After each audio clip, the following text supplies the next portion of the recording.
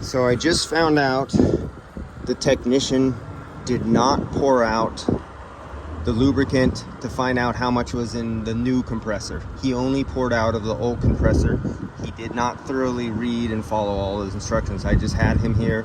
I went over every procedure with me, and so we don't know how much lubricant is in here, and it doesn't say. It just tells you how to boil it, balance between the new and the old compressor. That's all it tells you. It does not give you good information on this compressor, unless the sticker says. Let's see how good the information is. Tells you what kind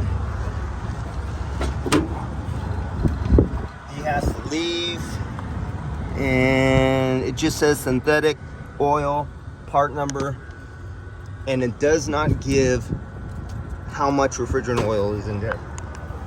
On the Denzos, if you guys ever read some of the Japanese compressors, a lot of compressors, they will tell you what the factory compressor comes with when you have a brand new compressor. It'll be on the label right here.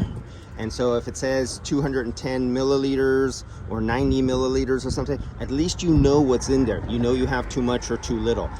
But on this American piece of crap that was probably made in Thailand or Mexico or something else, no instructions. They just say balance. So I'm gonna zero this out with pressure because I have it down to 700 microns.